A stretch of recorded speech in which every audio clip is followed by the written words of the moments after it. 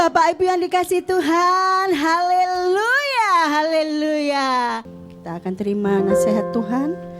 Kita sambut dengan satu pujian, satu-satunya yang kuandalkan. Haleluya Yesus.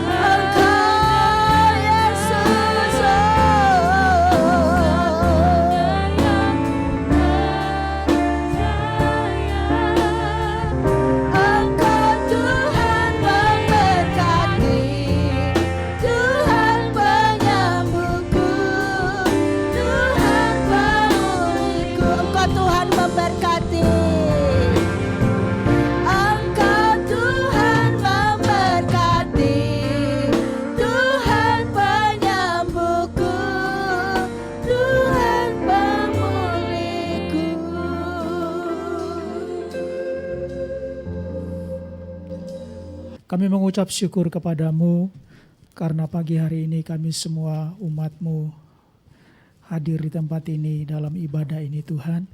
Kami mengucap syukur karena pertolongan Tuhan tidak pernah berhenti dalam kehidupan kami. Engkau menuntun kami setiap hari hingga saat ini. Pujian syukur kami telah kami naikkan di hadapan-Mu Tuhan, kiranya menjadi dupa yang berharum di hadapan-Mu. Dan saat pagi hari ini kami siapkan hati kami, seluruh hidup kami Tuhan, untuk menerima berkat firman-Mu. Berbicaralah kepada kami semua umat-Mu, dan kami percaya Tuhan setiap kami yang hadir di tempat ini, di semua ruangan di gereja ini, maupun mengikuti ibadah ini secara online. Kami semua pasti dilawat dan diberkati. Amin, amin. Firman Tuhan akan disampaikan oleh Bapak Gembala kepada kami semuanya. Terima kasih Tuhan. Untuk itu kami siapkan hati kami, duduk diam di bawah kaki-Mu, untuk mendengarkan firman-Mu. Di dalam nama Tuhan Yesus Kristus. Haleluya. Amin. Silakan duduk kembali Bapak Ibu. Terima kasih doanya Pak Roni. Selamat pagi semua, keluargaku semua shalom. Hari ini ibadah syukur kita laksanakan secara sederhana. Terima kasih untuk respon dari semua keluargaku ya, yang hadir di semua ruangan ini. Nah, nampaknya semua ruangan juga terisi penuh. Tuhan memberkati. Respon untuk perjamuan kasih ya, terima kasih. Untuk keluargaku apapun yang dibawa adalah rasa syukur kita semua dan kita menjadi keluarga. Yang kita lakukan ini tidak lepas dari seperti yang Alkitab juga ajarkan, tiap pertemuan mereka itu masing-masing membawa makanan. Kemudian doa bersama, dimakan bersama-sama. Barangkali kalau sebagian masyarakat kita itu pakai istilah brokoan ya, zaman dulu brokoan. Nggak semua ngerti, tapi di daerah kami ini ada istilah brokoan itu ya begitu. Bawa jadi satu, kemudian tentu mengucapkan syukur ya, itu di daerah-daerah sampai hari ini juga semua berjalan dengan baik seperti itu. Nah, Alkitab itu sudah memberikan petunjuk supaya kita ini memiliki kebersamaan. Nah, seperti itu kita bawa makanan. Ya kali ini karena tempat ya, masih kita ada di semacam ya kapel kita ini. Jadi belum memadai kalau kita mungkin mau makan besar gitu ya. Makan besar artinya makanan pokok ya. Nah, kita bawa kue. Terima kasih untuk semua yang dibawa. Bahkan juga ada kiriman dari anak Tuhan ya, yang ada di Surabaya tapi posisi di Jakarta. Ini tadi juga membawa ya 10 kotak begitu yang sekarang ini sudah sedang dibagikan untuk siap didistribusikan nanti ke kita semua, kita menikmati apapun yang kita bawa ya. 40 tahun saudara-saudara yang dikasihi Tuhan adalah proses awal dan pengembalaan. Ada salah satu WA ya yang diberikan, saya pikir ini mewakili saudara-saudara semua. Amin, selamat ulang tahun buat penggembalaan Bapak. Senantiasa melimpah kekuatan dan topangan Tuhan buat Bapak dan keluarga. Terima kasih Bapak, Tuhan Yesus memberkati. Dan terima kasih untuk ungkapan ini cukup membesarkan hati saya ya. Karena perjalanan 40 tahun itu juga seiring dengan Tuhan menuntun untuk saya memulai pelayanan. Ya. Dan saya terima kadonya hari ini dari Tuhan adalah masih dianugerahi kesempatan hidup sampai hari ini melayani Tuhan dan saudara-saudara. Dan ini kado terbesar di dalam pengabdian sebagai seorang pelayan Tuhan. Ya. Dan saya rasakan begitu indah. Tetapi pertanyaannya apa sudah selesai Pak sampai di sini? Oh belum, ini belum apa-apa saudara-saudara yang dikasihi Tuhan. Itu sebabnya pada hari ini saya akan sampaikan kebenaran firman Allah ya bagi kita semua. Tema yang diambil adalah pelayaran kita masih terus berlanjut sampai Yerusalem. Dan Yerusalem itu bukan tempat yang sekarang juga masih lagi berkecamuk ya, perang. Tetapi harapan orang beriman Yerusalem itu adalah sorga yang mulia. Semua nanti saya akan tunjukkan ayat buat kita semua. Ya, ayat-ayatnya. Jadi perjalanan 40 tahun sampai hari ini masih dikasih kesempatan saya melaksanakan pendampingan untuk saudara-saudara semua. Seberapa jauh ke depan tidak ada orang tahu, bahkan saya sendiri pun tidak tahu. Yang terpenting adalah apa yang harus kita kerjakan di dalam kita menjadi gereja Tuhan, menjadi pribadi-pribadi yang sudah mengalami penebusan, menjadi pribadi-pribadi yang sudah menjadi sosok yang memiliki kewargaan sorga. Kita ini, Jumat siang saya sampaikan tentang kita ini memiliki kewargaan ganda. Kalau secara kita berbangsa, ya bermasyarakat, kita jelas warga negara Indonesia tercinta ini. Setuju? Amin? Amin, saudaraku. Tetapi di hadapan Allah dari hasil kuasa penebusan Tuhan, kita ini dijadikan juga kewargaan surga. Jadi sudah pasti. Ya, untuk mencapai kepastian itu apa yang kita kerjakan, kita lakukan ya di dalam menghidupi keselamatan yang sudah diberikan Tuhan, ini harus kita perjuangkan. Makanya ada kalimat ayat firman Tuhan berkata, kerjakanlah selamatmu dari hari ke sehari. Jadi apa? Merawat. Ya, kita terus rawat apa yang sudah diberikan Tuhan kepada kita. Nah, hari ini pembacaan Alkitab kita dari Kisah Rasul pasal 20 ayat 13 sampai ayat yang ke-16 itu adalah perjalanan seorang hamba Tuhan di dalam memenuhi rencana Allah. Ya, coba kita buka semua dan sementara itu juga saya minta operator, tadi saya sudah mengirim contoh di Alkitab manual saudara itu ada yang namanya peta perjanjian lama dan peta perjanjian baru. Dan di peta perjanjian baru itu juga ada peta perjalanan pelayanan Paulus yang ketiga. Tolong tampilkan saja sementara kita melihat Alkitab kita di dalam Kisah Rasul pasal 20. Kisah Rasul pasal 20 mulai ayat yang ke-13. Silakan anakku Indra membacakan. Kami berangkat lebih dahulu ke kapal dan berlayar ke Asos dengan maksud untuk menjemput Paulus di situ sesuai dengan pesannya, sebab ia sendiri mau berjalan kaki melalui darat. Ketika ia bertemu dengan kami di Asos, kami membawanya ke kapal, lalu melanjutkan pelayaran kami ke Metilene. Dari situ kami terus berlayar dan pada keesokan harinya kami berhadapan dengan Pulau Kios. Pada hari berikutnya kami menuju Samos dan sehari kemudian tibalah kami di Miletus. Paulus telah memutuskan untuk tidak singgah di Efesus supaya jangan habis waktunya di Asia. Sebab ia buru-buru agar jika mungkin ia telah berada di Yerusalem pada hari raya Pentakosta. Iya, jadi saudara yang dikasih Tuhan, ini sepotong dari perjalanan Rasul Paulus memberitakan Injil. Ya, melewati berbagai macam tantangan di wilayah Asia itu, saudara-saudara yang dikasih Tuhan, sampai ada dalam perjalanan ketiga kali penginjilan, memberitakan firman, kemudian membentuk jemaat-jemaat di setiap kota, di setiap wilayah, kemudian saudara-saudara yang dikasih Tuhan, dia menerusi perjalanan lagi, banyak rintangan, banyak hambatan, banyak kesulitan, sampai nanti pada perjalanan terakhir menuju ke Roma. Itu kalau saudara lihat ini secara belajar Alkitab singkat dulu. Di dalam Kisah Rasul pasal 27 nanti saudara akan lihat.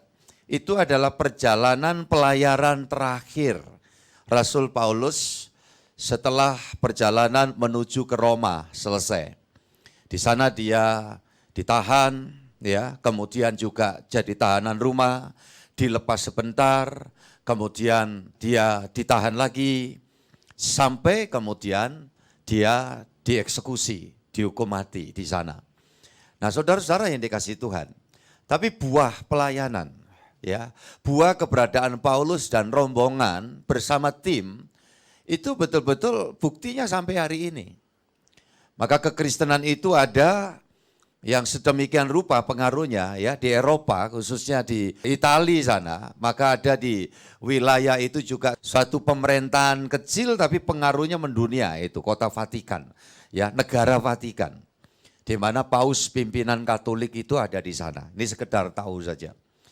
Nah, saudara-saudara yang dikasihi Tuhan, yang kalau di dalam pemikiran awam itu seolah-olah negara berdiri di dalam suatu negara. Tetapi itu satu keistimewaan.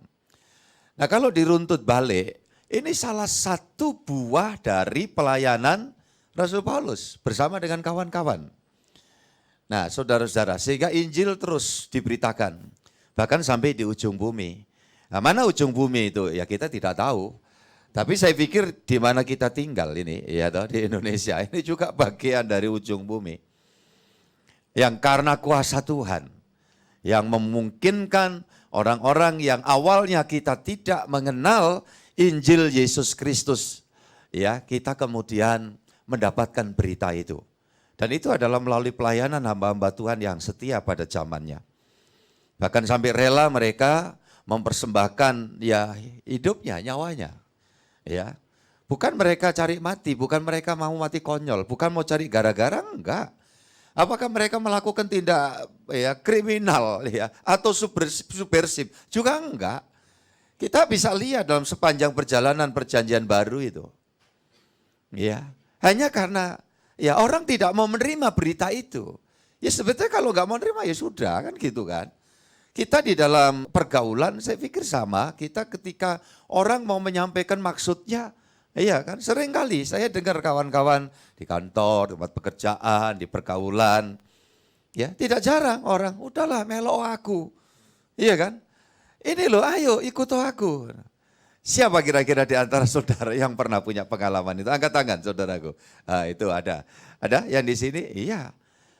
Apain? Kemudian ya rada-rada barangkali ya ngomong panjang lebar gitu. Udah enak melok aku gitu. Saudara yang dikasih Tuhan, bagaimana kita nanggapi? Itu sah-sah saja. Haknya dia, iya kan? Boleh-boleh saja. Nah hanya saja kalau mau adil, mau ya fair, ya kalau dia ngomong gitu kita juga ngomong gitu, ya mbok ya biasa saja kan gitu. Kalau kita juga nanggapi biasa saja. Ya silakan aja. Kekristenan apa? Bersaksi. Lah di dalam kesaksian inilah yang kemudian para hamba Tuhan pada zamannya itu mengalami banyak tantangan. Dan bukan cuma tantangan saja ya, sampai di dalam kisah-kisah yang kita lihat seperti yang saya sampaikan tadi itu terjadi di masa dulu. Nah, saudara-saudara yang dikasihi Tuhan, tapi karena ketekunan mereka. Ketekunan itu atas dasar di dalam hati mau menanti kapan aku sampai tiba di Yerusalem. Nah, Yerusalem yang dibacakan di dalam ayat ini, di dalam harapannya Rasul Paulus itu adalah kota Yerusalem yang ada di Palestina itu. Ya, saudaraku, karena itu ganti-ganti nama kan dijelaskan. Ya, zaman dulu ya Bukit Zion, Yerusalem, terus kemudian ya diganti nama oleh penguasa yang lain tuh Palestina. Ya, saudaraku yang dikasih Tuhan. Kemudian ya kembali Israel karena sejarahnya itu ya Musa nuntun umat perjanjian lama itu masuk ke negeri Kanaan. Dulunya ya Kanaan. Ya, jadi ini sekedar kita ketahui hari-hari ini masih terjadi satu pergolakan di sana. Kita tidak sedang bicara tentang politik ini salah siapa gitu, Hamas apa Israel. Itu bukan hak kita, sudah ada para elit ya yang menangani. Tugas saya dan saudara adalah mendoakan supaya peperangan itu berhenti. Setuju semua? Setuju semua? Amin. Peperangan itu membuat sengsara semua pihak. Bahkan itu juga akan sulit untuk masyarakat dunia. Ada pengaruhnya yang harga minyak jadi barangkali melambung dan lain sebagainya. Ya Ukraina, Rusia perang, harga gandum, ya kan. Ya saya ikut merasakan dampaknya loh. Kenapa? Lah beli sari roti. Iya roti gandum itu yang saya beli. Dulu cuma 18.000, sekarang enggak tahu sudah lama saya enggak beli ini. Ya 20 berapa begitu loh ya. Kenapa? Gara-gara perang Pak, pasokan ya gandum dari Ukraina itu rada terhambat katanya begitu. Nah, jadi kalau gitu gimana? Ya kita doakan. Oh ya stop lah sudah ya. Hari gini loh masih tembak-tembakan. Ya. Bukan anak sekarang aja kan gak kayak zaman dulu ya. Zaman saya kan masih tembak-tembakan itu. Kenapa? Itu pakai pelepahnya pisang. Ya betul ya. Yang disuiri sebelah terus gitu bunyi gitu. Ya, hari gini masih tembak-tembakan. Wong anak kecil aja gak tembak-tembakan, ya tembak-tembaknya lihat game. Iya kan? Udik yang main itu ya jari-jari saja. Iya. Itu masih perang. Kita doa supaya perang di sana selesai ya, tidak perlu lanjut. Ada dalam perdamaian. Moga-moga seluruh bangsa Indonesia dikaruniai kearifan agar dalam situasi seperti sekarang ini tidak terpancing oleh berbagai macam isu yang membingungkan ya. Jelas-jelas terjadi masalah di sana itu Israel dan Hamas. Salah satu faksi yang ada di Palestina yang sebetulnya ya sudah berdamai aman-aman saja. Itu dulunya Palestina masuk Israel. Israel juga bantuin apa ke Palestina begitu ya. Masih sekali lagi saya mengatakan, sedangkan yang di Israel ini yang jadi tentara ya. Itu kira-kira terakhir saya dapat info 2000 itu orang Arab, sebagian Muslim, bagian Kristen juga jadi tentara. Ada yang jadi dokter, ada yang jadi ya ahli-ahli yang ada di Israel. Makanya kalau sudah jelas begini, ini tidak ada kaitannya dengan agama. Ya, ingat tidak ada kaitannya dengan agama, karena di Palestinanya sendiri itu jelas ya banyak orang Kristen. Kemudian di Israelnya sendiri juga ya ada Arab Israeli, istilahnya itu Arab yang memang dari sononya itu ya di Israel. Nah, begitu. Nah, termasuk yang angkat senjata itu juga 2000 kurang lebih tentara Arab. Oke, kita kembali kepada firman Tuhan ini. Saudara-saudara yang dikasih Tuhan, dalam peringatan ini judulnya berlanjut ya, pelayaran kita masih terus berlanjut sampai Yerusalem surgawi. Perjalanan itu kayak layar. Ya, kita menuju ke satu tempat harus ada jelas arahnya, ya. Jadi kita mau kemana? Nah, di dalam iman Kristen jelas perjalanan hidup kita yang sementara ini adalah menuju sorga.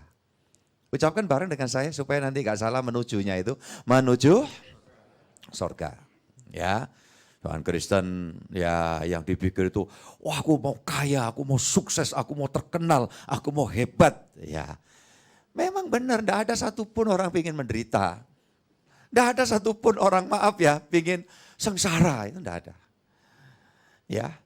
Tetapi kalau tujuan Kristen melulu hanya hal-hal seperti itu, maka kita akan kandas di tengah perjalanan, karena apa yang kita capai di dalam dunia itu, hal-hal seperti itu tidak bisa langgeng, tidak bisa kekal, tidak bisa stabil.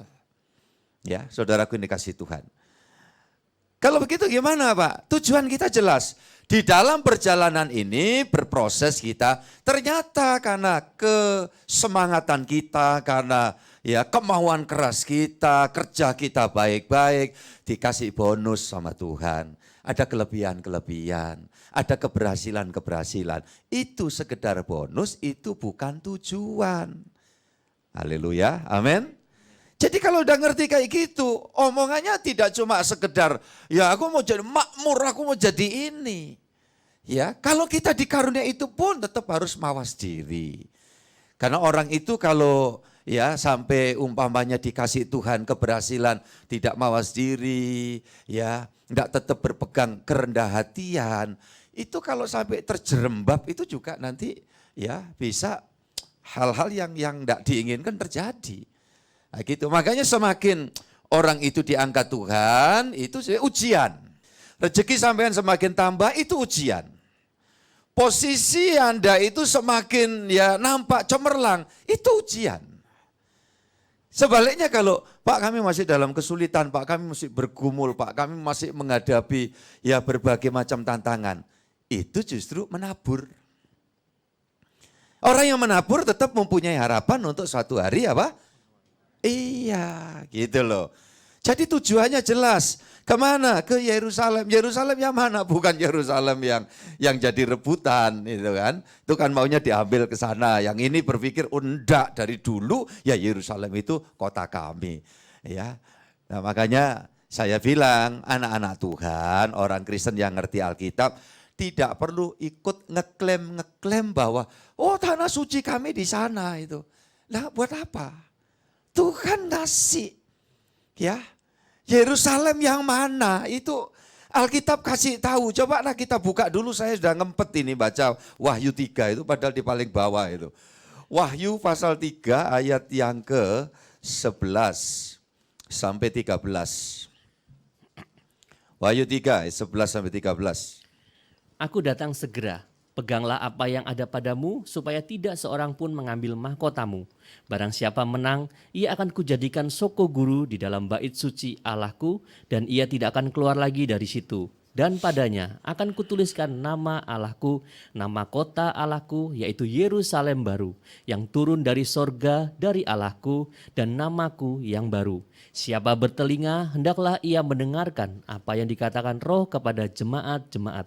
Iya, ayat yang ke-12 jelas ya. Barang siapa menang, ia akan kujadikan soko guru di dalam bait suci Allahku. Ini ngomong sorga semua. Ini bukan bicara bait suci yang ada di Yerusalem yang roboh, sudah rata tanah. Sisanya itu hanya bagian halaman tertentu yang sekarang ini disebutnya tembok ratapan. Orang-orang Yahudi itu kalau doa ya di tembok itu masukin kertas-kertas surat-surat doa di cepitan-cepitan batu-batu. Ya, orang-orang kita juga gitu kalau berkunjung sana ya terus jadi kayak ketularan Yahudi itu ya. Jadi ke Yahudi-Yahudian gitu. Tidak jarang yang cerita, wah pulang dari sana saksi, wah di sana doa itu rasanya dekat sama Tuhan. Ya, saya mungkin pikirnya kalau dia cerita gitu itu terus saya tertarik gitu loh. Padahal dalam hati saya, hati-hati kon ngomong apa ini. Ya, saya kalau di sana waktu dekat tembok loh, golek tembok. Sampai golek tembok gudang-gudang sing elek itu loh. Bodoh aja kan. Gitu. Rasanya itu dekat sekali dengan Tuhan. Ya, dalam hati saya kan ngenyek aku ini. Ngenyek, rempeyek ya rempeyek ya. Ning aja di remet-remet kan gitu ya. Nah, jadi anggapannya kalau di tembok ratapan itu dekat Tuhan.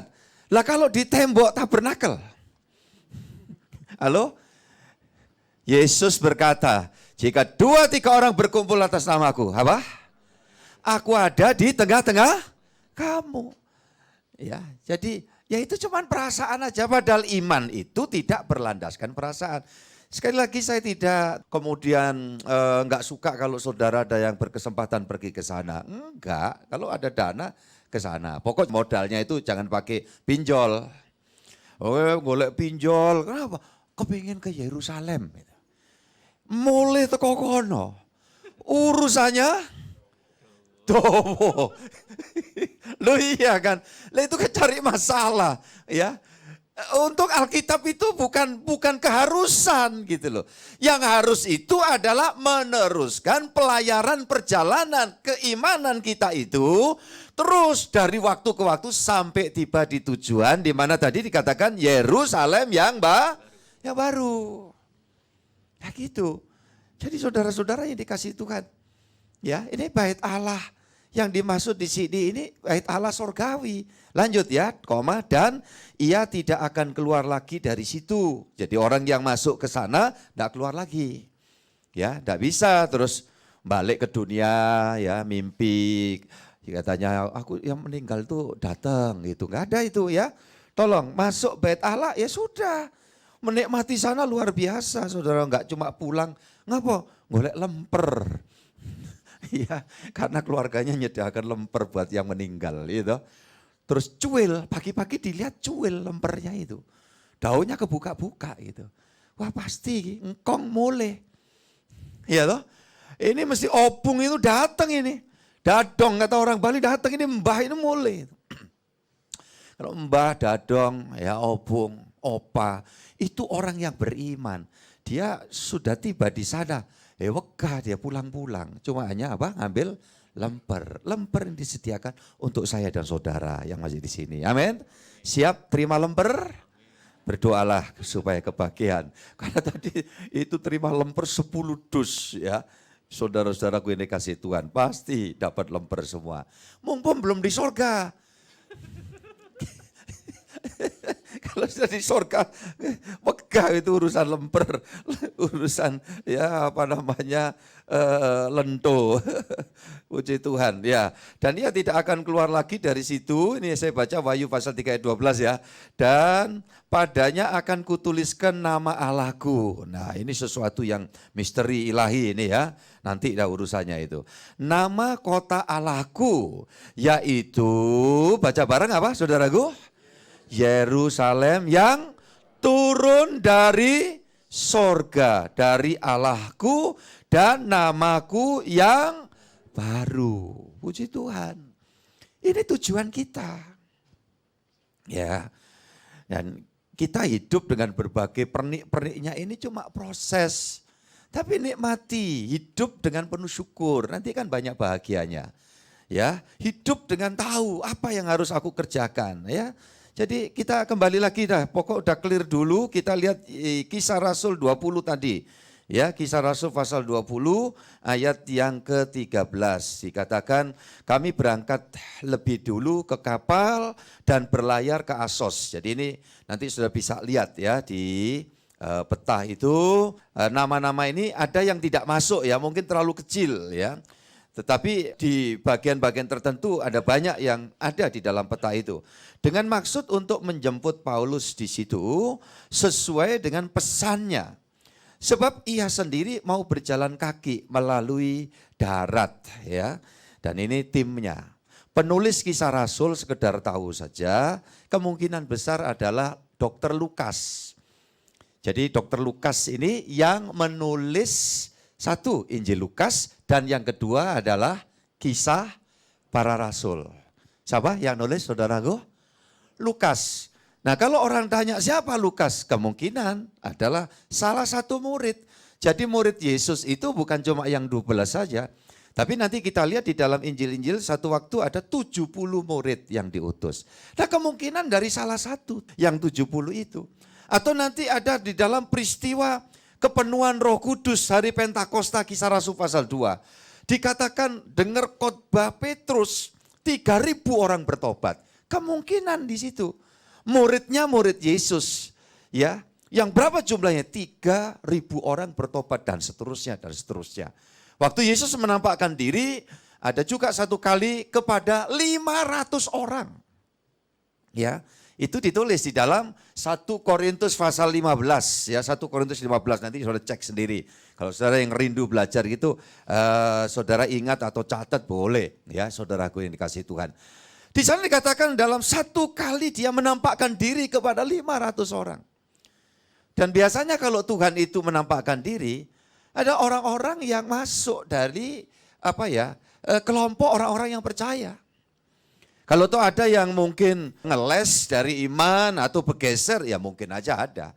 Ya, tetapi mayoritas orang-orang yang dikunjungi Tuhan ini adalah orang-orang yang kemudian nanti menjadi militan. Menjadi pribadi-pribadi yang sungguh-sungguh dia bersaksi. Dan kesaksiannya sampai kepada tempat zaman kita ini. Jadi kita dengar. Dan orang-orang itu tidak jarang yang kemudian akhir hidupnya harus mengalami eksekusi mati. Dan ini memberikan satu informasi petunjuk buat kita bahwa gak mungkin mereka itu sampai rela, iya kan? Mempersembahkan seluruh keberadaannya kalau mereka itu tidak memiliki pengalaman secara pribadi di dalam peristiwa ilahi. Memahami betul Yesus yang disembah adalah dia yang sempat mati tetapi kemudian bangkit dan menjumpai mereka sambil kalimat kata yang paling penting diingat, aku hidup untuk selama-lamanya. Makanya kalau ada kisah mirip ya, ada penyaliban tapi yang disalib bukan Yesus, orang lain. Kemudian kisah mirip Yesus tetapi tidak mati karena yang disalib yang lain. Maka Yesus gak sempat dikubur, kemudian diangkat. Nah ini pasti bukan Yesus. Karena Yesus yang sesungguhnya yang ditulis di dalam Alkitab dan ditulis oleh para penulis sekuler pada zaman itu yang sekalipun mereka bukan percaya kepada Yesus. Ketika pada zaman berkaitan dengan pemerintahan waktu itu oleh siapa-siapa, terjadilah eksekusi mati. Dan salah satunya bernama Yesus yang dikenal dan diakui oleh para muridnya adalah Kristus. Itu adalah penulis-penulis sekuler. Ya, saudaraku yang dikasih Tuhan membuktikan. Makanya saudara-saudara yang dikasih Tuhan Yesus Kristus, orang-orang yang mengalami pengalaman dengan Tuhan, pasti ada kerinduan untuk mengikuti agar rencana Allah itu terlaksana. Saudara juga begitu, amin. Kalau kekristenan saudara benar-benar matang dari dalam. Pasti sasaran tujuan kita, dasar keimanan kita adalah rencana Allah biarlah terjadi. Nah, pelajaran penting di ayat 13 itu ya ada saling semangat untuk membangun, proaktif satu dengan yang lain. Ya, sehingga dikatakan kami berangkat lebih dulu, ada koordinasi. Dan hamba Tuhan seperti seorang Paulus harus sadar bahwa dia adalah seorang inisiator. Makanya dikatakan dalam ayat yang ke-13 ini untuk menyebut Paulus di situ sesuai dengan pesannya. Hamba Tuhan harus punya pesan. Pesan yang berdasar, pesan yang bertujuan. Dan pesan yang berdasar, pesan yang bertujuan tidak lain pesan atas tuntunan Tuhan. Karena tujuannya ini bukan tujuan untuk kepentingan diri, bukan tujuan untuk sesuatu yang enggak jelas, tetapi tujuannya untuk mengajak segenap umat, ayo kita ngikuti rencana Allah supaya terlaksana. Dan itu yang menjadi kerinduan saya juga, saya ikuti apa yang menjadi arahan dari Paulus. Untuk dapat hal-hal seperti ini, ya belajar. Saya pesankan kepada semua para hamba Tuhan muda, dan semua juga rekan sekerjaku yang ada di divisi-divisi pelayanan. Rindukan selalu wahyu Tuhan. Rindukan selalu iluminasi. Ada hal-hal ya kecerdasan sorgawi yang diberikan.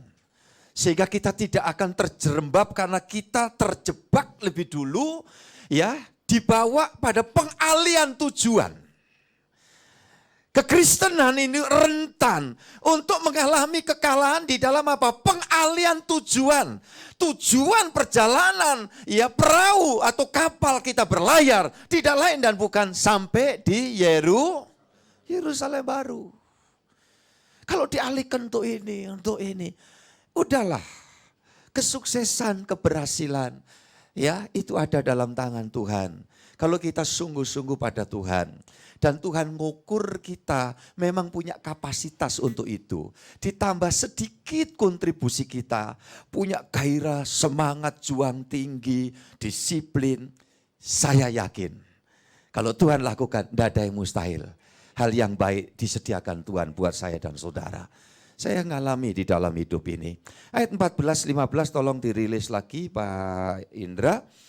Kisah Rasul 20. Ketika ia bertemu dengan kami di Asos, kami membawanya ke kapal, lalu melanjutkan pelayaran kami ke Metilene. Dari situ kami terus berlayar dan pada keesokan harinya kami berhadapan dengan Pulau Kios. Pada hari berikutnya kami menuju Samos dan sehari kemudian tibalah kami di Miletus. Puji Tuhan, saudara-saudara dikasih Tuhan. Dikatakan ya ayat yang ke-14, ketika ia bertemu dengan kami di Asos, kami membawanya ke kapal lalu melanjutkan pelayaran kami ke Mitilene. Melanjutkan. Saudaraku yang dikasih Tuhan, ini penting sekali. Di situ kami terus dan berlanjut. Terus dan berlanjut. Ayo ucapkan bareng yuk, 2, 3, apa? Terus dan berlanjut. Artinya tidak boleh mandek. Perjalanan kekristenan.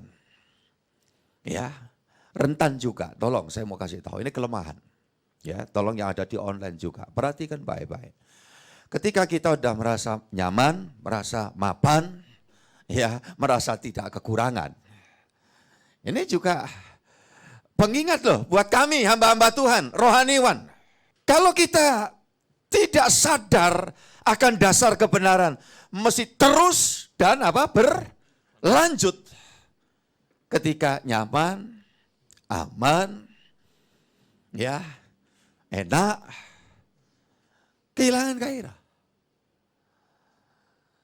Saya sempat jumpa pada rekan hamba Tuhan Yang kemudian di dalam menjalankan tugas itu, maaf. Dan saya berdoa, biar semua kami dijamah Tuhan. Tugas yang dilakukan semata-mata formalitas. Ya, khotbah asal khotbah lah. Ya, pokoknya liturgi itu harus ada khotbahnya. Kalau liturgi tidak ada khotbahnya, itu bukan liturgi ibadah atau kebaktian. Apa yang disampaikan? Pokoknya ya ngomong aja. Saudara yang dikasih Tuhan. Sampai hari ini saya belum pernah merasa sudah tahu. Dan itu kunci penting buat kita semua. Di dalam berbagai disiplin ilmu, ketika seorang itu sudah merasa tahu, pasti dia akan statis. Dan dia tak akan lagi melangkah. Jadi apatis. Saudaraku yang dikasih Tuhan. Udah cukup. Saudara-saudara yang dikasih Tuhan. Di Alkitab ada satu petunjuk yang menohok kami sebagai hamba Tuhan. Terjadi pada anak-anak Imam Eli. Ketika Eli sendiri sudah kehilangan visi. Di dalam 1 Samuel pasal 3 pun dikatakan, hari-hari itu firman Tuhan jarang, penglihatan pun nyaris tidak ada. Dan anak-anak Imam Eli berlaku dengan tidak senonoh, melakukan segala hal yang sangat menyedihkan hati Tuhan. Alkitab katakan semua akan musnah. Kalau toh ada masih segelintir orang yang melakukannya demi memperoleh sepotong roti. Jika hari ini ada kawan sejawatku, tohokan ini untuk kita. Dan juga untuk saya. Tapi ini juga buat semua saudara. Kita rentan akan dibelokkan pada pengalihan tujuan tadi salah satunya. Kalau sudah merasa, hati-hati. Kalau secara awam males ibadah, males bersekutu. Hati-hati. Saudara yang dikasih Tuhan. Saya masih ingat. Omongan ya rada gojekan. Katanya di telapak tangan kita ini ada tulisan, huruf apa ini yang lazim umumnya? Kalau saya sepertinya M ya.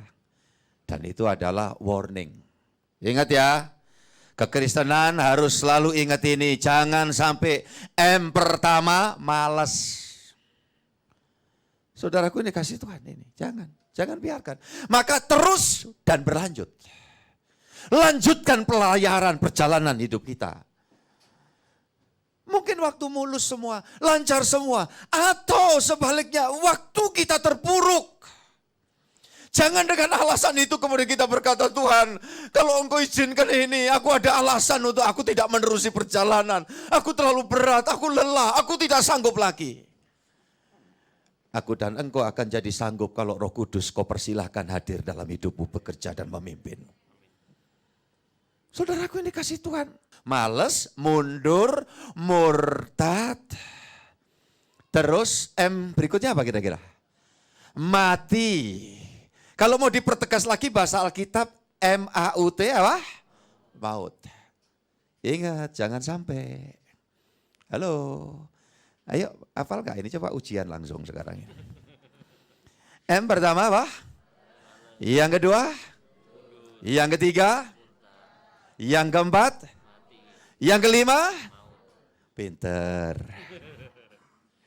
Ya, jangan cuma ingat, tapi waspadai ya. Saudara yang dikasihi Tuhan, waspadai ini. Iya, puji Tuhan. Jadi saudara-saudara yang dikasihi Tuhan Yesus Kristus harus waspada. Kalau enggak nanti repot ya. Iya, puji Tuhan. Oke, ayat yang ke-15. Dari situ kami terus berlayar ya, dan pada keesokan harinya kami berhadapan dengan Pulau Kios. Pada hari berikutnya kami menuju ke Samos dan sehari kemudian tibalah kami di Miletus. Ya, saudara-saudara yang dikasihi Tuhan. Lanjut ayat yang ke-16. Paulus telah memutuskan untuk tidak singgah di Efesus supaya apa? Saudara baca bareng. Jangan habis waktunya di Asia. Sebab ia buru-buru agar jika mungkin ia telah berada di Yerusalem pada hari raya Pentakosta. Nah, saudara-saudara yang dikasihi Tuhan, kita lihat ini. Ya, seorang hamba Tuhan, ataupun kita semua yang adalah pelayan-pelayan Tuhan. Di dalam banyak hal, kita dihadapkan satu kenyataan, ada waktunya untuk kita mengambil keputusan secara cemerlang, secara gamblang, secara jelas. Ada orang itu yang terlalu banyak ya, mundur maju, gak jelas. Akhirnya kehilangan momen penting. Kayak kita nyetir ya, motor atau mobil atau kendaraan di jalan raya. Saudara, itu satu pembelajaran baik, makanya kadang saya kritik di sini. Kalau ada orang nyetir itu ngiring enggak, nganan enggak, kecepatannya mengganggu yang lain, belakang tuh antri gitu, dia enak unduk. Saya sampai nyanyi unduk, blung, ya. Itu terus aja bikin jengkel. Ya, sampai kemarin Jumat kalau enggak saya klarifikasi, kadang saya sampai keperucutan ngomong, itu dalane sopo to yo. Terusannya enggak usah diomong. Iya kan? Begitu dipel tin itu ada yang sadar, minggir. Ada yang tetap megengkeng begitu bisa disalib, kadang kita terpaksa dari kiri, salah kan nyalip dari kiri. Saudaraku dikasih Tuhan, begitu buka kaca dia, kalau enggak yang naik motor, maki-maki. Foto di belakang tuh antri puluhan kendaraan. Saudaraku dikasih Tuhan, ketika kita berhadapan, apa yang harus kita lakukan secepatnya? Ada waktunya, perlu pertimbangan. Ada waktunya kita mengambil satu keputusan yang harus tek. Aku tidak mau kehilangan momen ini. Apalagi menyangkut keselamatan. Apalagi menyangkut itu anugerah sorga. Apalagi menyangkut ini ya barangkali hal-hal penting yang bersifat sorgawi. Ya, saudara-saudara yang dikasihi Tuhan, Paulus telah memutuskan untuk tidak singgah di Efesus. Nah, ini kan jelas pertimbangannya. Berkait dengan skala prioritas. Ya, tamu ini baru datang. Ini kita waktu berangkat ke gereja, apalagi hari ini syukuran. Iya kan gitu kan. Nah, kira-kira ada di mana? Mau dibawa kemana ini? Saudaraku, tamu ini jauh Pak. Tapi yang di sini semua berkemenangan, haleluya. Kalau gitu coba tawarkan. Ya, ayo kita ada ibadah, mau berangkat ke gereja bareng, ini kebetulan kita saatnya beribadah. Ya, saudaraku dikasih Tuhan. Oh Pak, dia bukan orang Kristen Pak, bukan anak Tuhan. Kalau begitu tetap aja tawari, siapa tahu mau barangkali mau lihat-lihat. Duh, iya kan? Lagi tawarkan, ada jajannya loh hari ini. Ya saudara-saudara ini kasih Tuhan. Pak enggak mau, kalau enggak mau, kalau gitu silakan istirahat dulu ya. Tak tinggali makanan, siapin di situ, kulkas penuhi. Tolong ya, kira-kira dog food singkirkan dulu. Kalau mungkin tamunya itu dari kejauhan ya toh. Nanti dikira kornet saudaraku. Ya kalengan-kalengan gitu. Nah, saudara melangkah ini ambil keputusan. Memutuskan. Saudaraku yang dikasihi Tuhan. Ya, supaya jangan habis waktu. Waktu hidup itu sementara. Singkat. Saya kadang berpikir, aku masih dikaruniai berapa kali Natalan Paskahan lagi ya. Atau ulang tahun jemaat, ulang tahun pengembalaan yang keberapa ya umpamanya. Saudara-saudara yang dikasihi Tuhan Yesus Kristus. Tidak ada orang tahu, puji Tuhan. Yang berikutnya, buru-buru. Ya cepat, kita jangan lelet. Di dalam hidup ini kalau memang itu bisa kita lakukan sesuatu, cepat, buru-buru.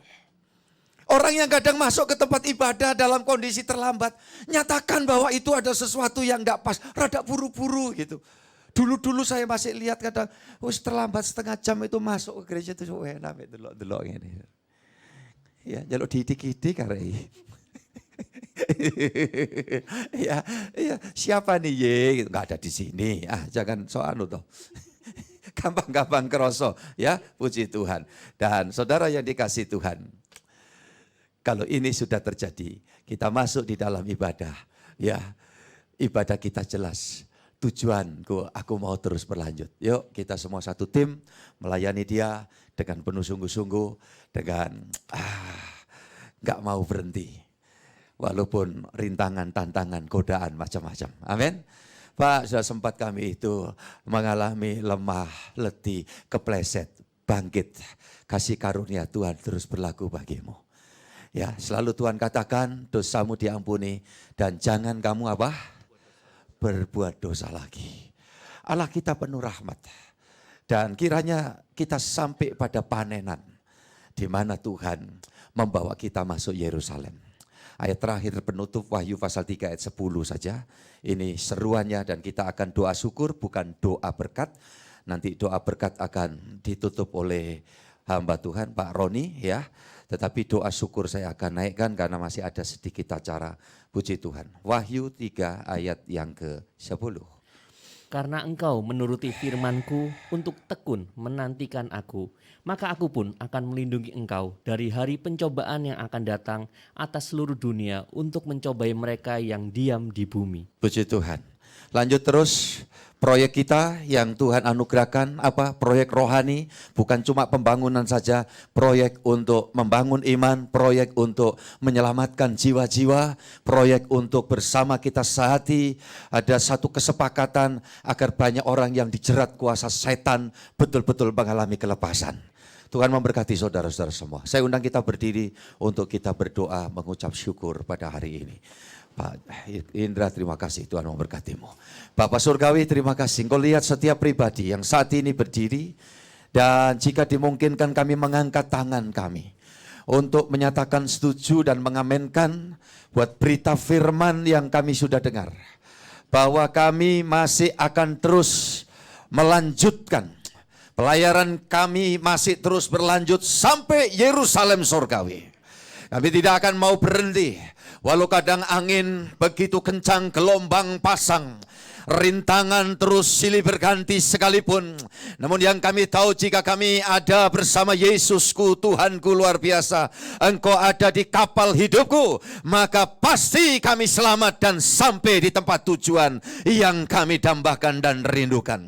Terima kasih Tuhan. Peganglah setiap tangan yang terangkat, berangkat dari hati yang komitmen di hadapan Tuhan. Kami mau tetap tekun, kami mau terus menantikan Tuhan sampai kami berjumpa Tuhan Yesus. Entahkah pertemuan secara personal, secara pribadi, ataukah pertemuan saat Tuhan hadir dan melaksanakan rapture, pengangkatan gereja Tuhan, untuk dibawa ke dalam kerajaan sorga yang mulia. Tuhan, inilah setiap kami, mendambakan seisi rumah kami, seluruh keluarga kami diselamatkan. Tuhan Yesus, inilah setiap tangan yang terangkat, pegang tuntun kami, dan ajari kami mau, sekalipun kadang Kau menuntun kami ke satu jalan tempat yang mungkin secara daging tidak kami kehendaki, tetapi kalau itu Engkau yang menuntun, Roh Kudus-Mu beri kekuatan kami, pasti kami dapat melakukannya. Terima kasih, berkat Tuhan turun atas anak-anak-Mu di hari pengucapan syukur ini. Semua tambah teguh, semua semakin rohaninya maju dewasa di dalam Tuhan, dan kapal hidupnya melaju terus sampai tiba di tujuan Yerusalem baru. Kami bersyukur bersama di dalam nama Tuhan Yesus Kristus. Semua katakan amin. Silakan duduk, Tuhan memberkati. Happy birthday KKT, happy birthday KKT, happy birthday, happy birthday, happy birthday KKT, happy birthday. Saya minta salah satu diaken juga bersama dengan saya, Pak Gus. Ya, silakan Pak Gus. Ya. Guru sekolah minggu satu, tolong. Siapa aja cepat, tolong waktunya kita supaya ini. Guru sekolah minggu. Puji Tuhan. Pembina remaja. Panjang Minta satu. umurnya, Ke depan. panjang umurnya, panjang umurnya di dalam. Oh, nggak ada guru sekolah minggu. Di dalam Pak Wati.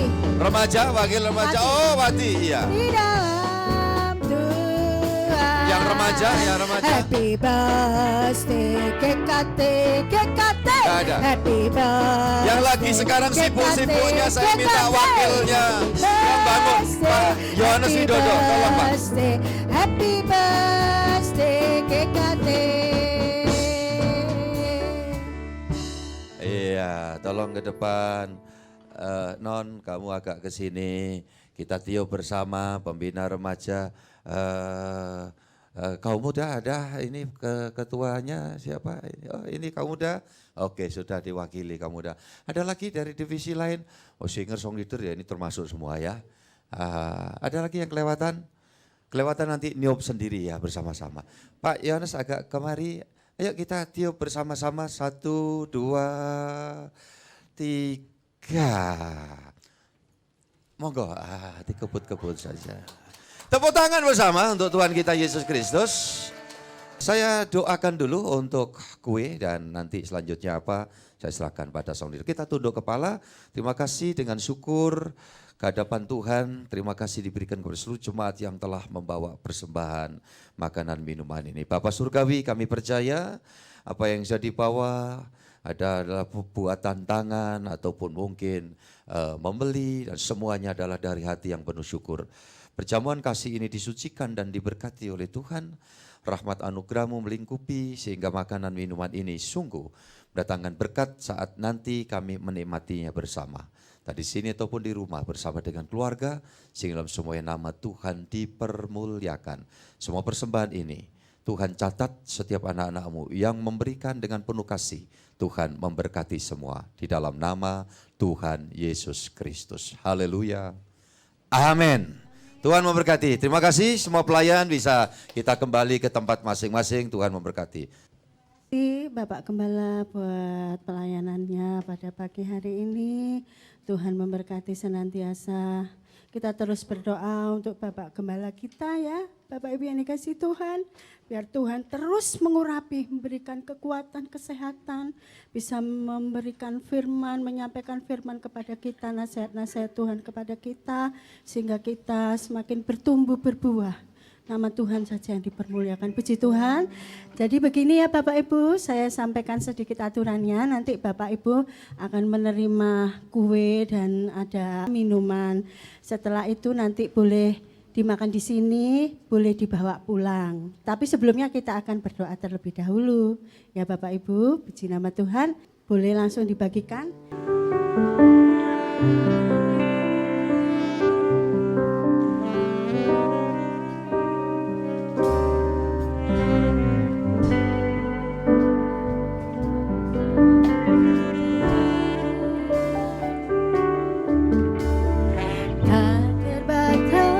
Kuasa-Mu Tuhan,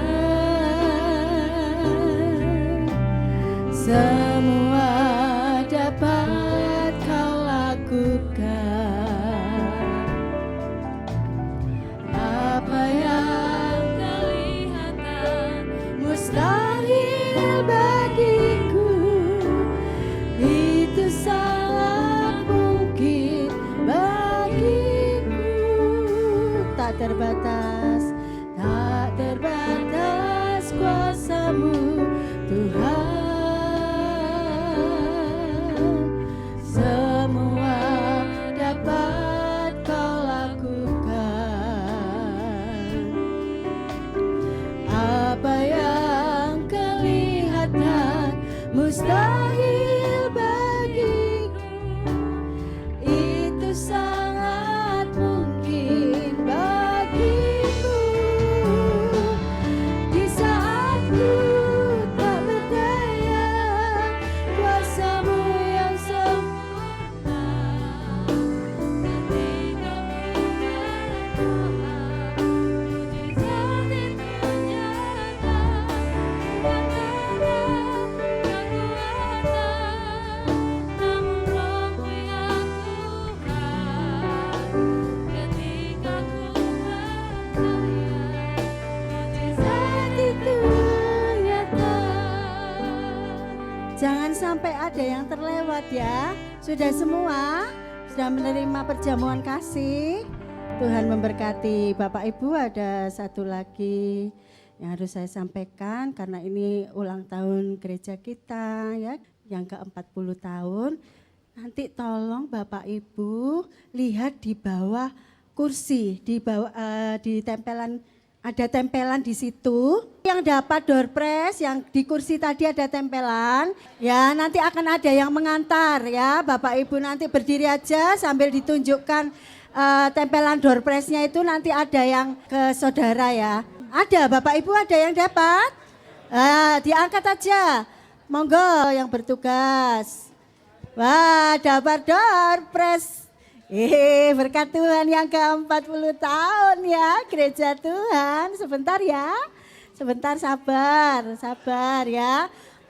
Ini yang dapat berarti 40 ini, 40 orang ini ya. Karena usia gereja kita sudah 40 tahun. Yang dapat hadiah 40, tapi semua ya puji Tuhan ya, semua dapat. Walaupun yang belum dapat door prize-nya, tapi semua dapat berkat yang dari Tuhan ya. Haleluya, haleluya. Ada yang bertugas, Bapak Evangelis Roni, monggo. Ya, Bapak Ibu, saya mohon dengan hormat bangkit berdiri. Segala puji, hormat, syukur kami naikkan kepadamu Tuhan, karena pagi hari ini Engkau berkenan hadir di tengah-tengah kami. Kami sudah diberkati lewat firman Tuhan yang telah disampaikan oleh Bapak Gembala kepada kami semuanya.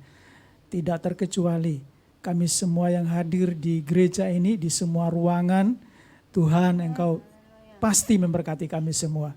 Dan juga yang tergabung lewat Google Meet Tuhan, dimanapun umat-Mu berada juga pasti diberkati oleh Tuhan. Terima kasih Tuhan, sekali lagi kami bersyukur karena tepatnya hari ini gereja ini berdiri 40 tahun. Kami percaya Tuhan gereja ini berdiri karena campur tangan Tuhan. Maka Tuhan terus bekerja, nyatakan kuasa-Mu sehingga gereja ini terus bertumbuh untuk kemuliaan bagi nama-Mu Tuhan. Itulah sebabnya kami semua jemaat-Mu, Tuhan, baik pelayan-pelayan-Mu berikan kesatuan hati untuk kami terus melangkah maju dalam pelayanan pekerjaan Tuhan yang Tuhan percayakan kepada kami semua mengerjakannya dengan tulus, dengan segenap hati, dan semuanya hanya untuk kemuliaan bagi nama-Mu Tuhan. Memberkati hamba-Mu Bapak Gembala yang Tuhan tempatkan, hadirkan di tengah-tengah kami untuk memimpin kami, menggembalakan kami. Tuhan berikan kesehatan, Tuhan berikan kekuatan, Tuhan berikan hikmat. Sehingga lewat pelayanan hamba-Mu Bapak Gembala kami, membawa kami seluruh jemaat-Mu, umat-Mu Tuhan, untuk terus sungguh-sungguh maju di dalam iman kami, di dalam pertandingan iman kami, sampai kami meninggalkan dunia ini, kami tetap di dalam iman kepada-Mu Tuhan Yesus Kristus. Terima kasih Tuhan, terima kasih persembahan yang telah dibawa oleh umat-Mu, Tuhan yang Kau memberkati. Tidak terkecuali Tuhan, dan juga persembahan kasih yang telah dibawa jemaat-Mu Tuhan hari ini, dan hari ini juga sudah dibagikan. Dan pada saat kami menikmati semua berkat ini, turun berkat atas kami, kekuatan untuk kami terus gunakan untuk memuliakan Tuhan. Terima kasih Tuhan, terima kasih. Sekarang kami mohon berkat Tuhan turun atas kami, berkat damai sejahtera sukacita dari Allah Bapa, Putra, dan Roh Kudus. Di dalam Tuhan Yesus Kristus kami semua menerima berkat-Mu Tuhan. Kita pujikan Bapa, terima kasih. Bapa,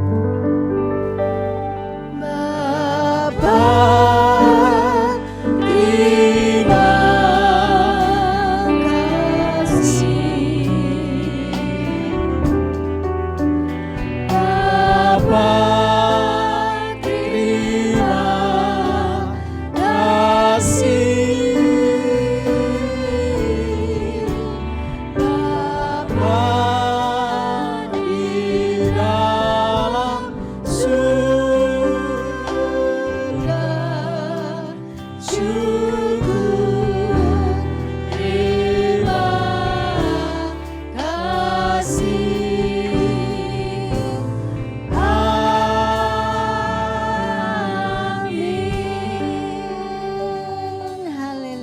Amin. Bapak Ibu silakan duduk kembali sejenak dan waktu selanjutnya saya serahkan kepada song leader untuk